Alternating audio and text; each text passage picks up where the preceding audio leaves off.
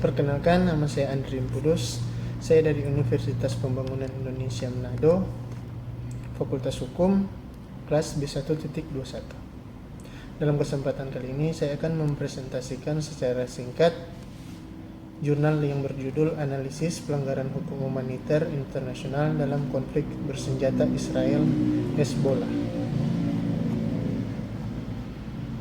Abstrak, pada tahun 2006 terjadi pertempuran antara Israel dan Hezbollah yang dikenal dengan istilah Perang Libanon 2006. Ada sejumlah pelanggaran hukum humaniter internasional yang terjadi saat perang tersebut berlangsung. Tulisan ini bermaksud untuk menganalisis bentuk-bentuk sanksi yang dapat dikenakan bagi para pihak yang melanggar hukum humaniter internasional dalam Perang Libanon 2006. Latar belakang, manusia menampakkan perdamaian dan keamanan dalam kehidupannya. Sejarah memperlihatkan bahwa manusia melakukan berbagai hal agar bisa hidup damai, termasuk dalam suasana konflik. Secara definitif, tingkat tertinggi dari konflik disebut perang. Perang dan damai merupakan dua hal yang silih berganti secara terus-menerus, sehingga dikenal sebuah adagium civis pacem parabellum, yang artinya siapa yang ingin damai maka harus siap untuk perang. Perang merupakan kenyataan yang tidak dapat dihindari. Sejak zaman dahulu, perang mengisi kehidupan manusia yang sama tuanya dengan peradaban manusia itu sendiri.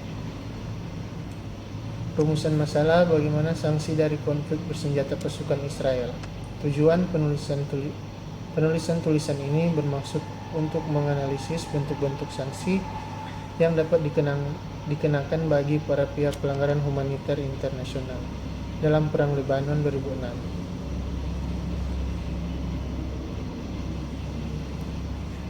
Hasil penelitian dan pembahasan. Secara akademik terdapat ambiguitas mengenai jenis konflik bersenjata antara Israel dan Hezbollah.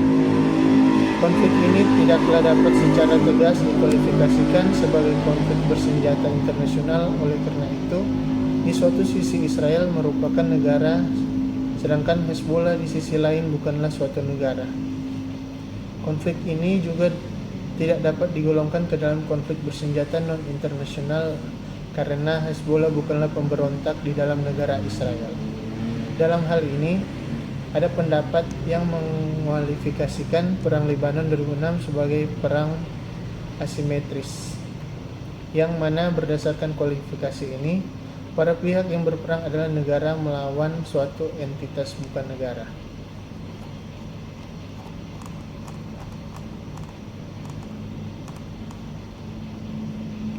Ada beberapa bentuk sanksi yang dapat diberikan kepada kedua belah pihak, khususnya terhadap pelanggaran-pelanggaran hukum humaniter internasional yang dilakukan dalam perang Israel-Hezbollah. Secara umum terdapat bentuk sanksi pelanggaran terhadap hukum perang, yaitu protes, penyanderaan, kompensasi, reprisal, dan penghukuman pelaku yang tertangkap.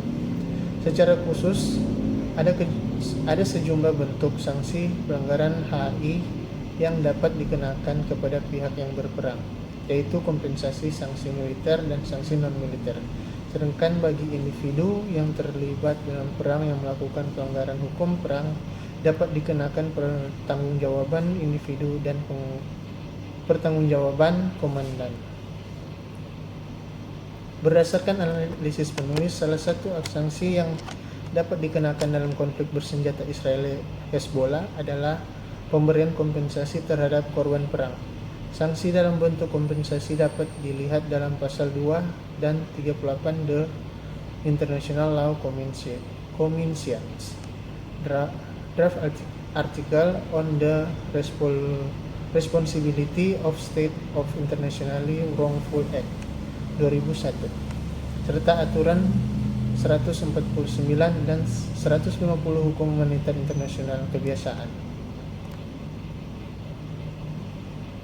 Ada sejumlah kemungkinan mekanisme penegakan yang dapat dilakukan, yaitu melalui pengadilan nasional, pengadilan internasional, dan pengadilan permanen ICC.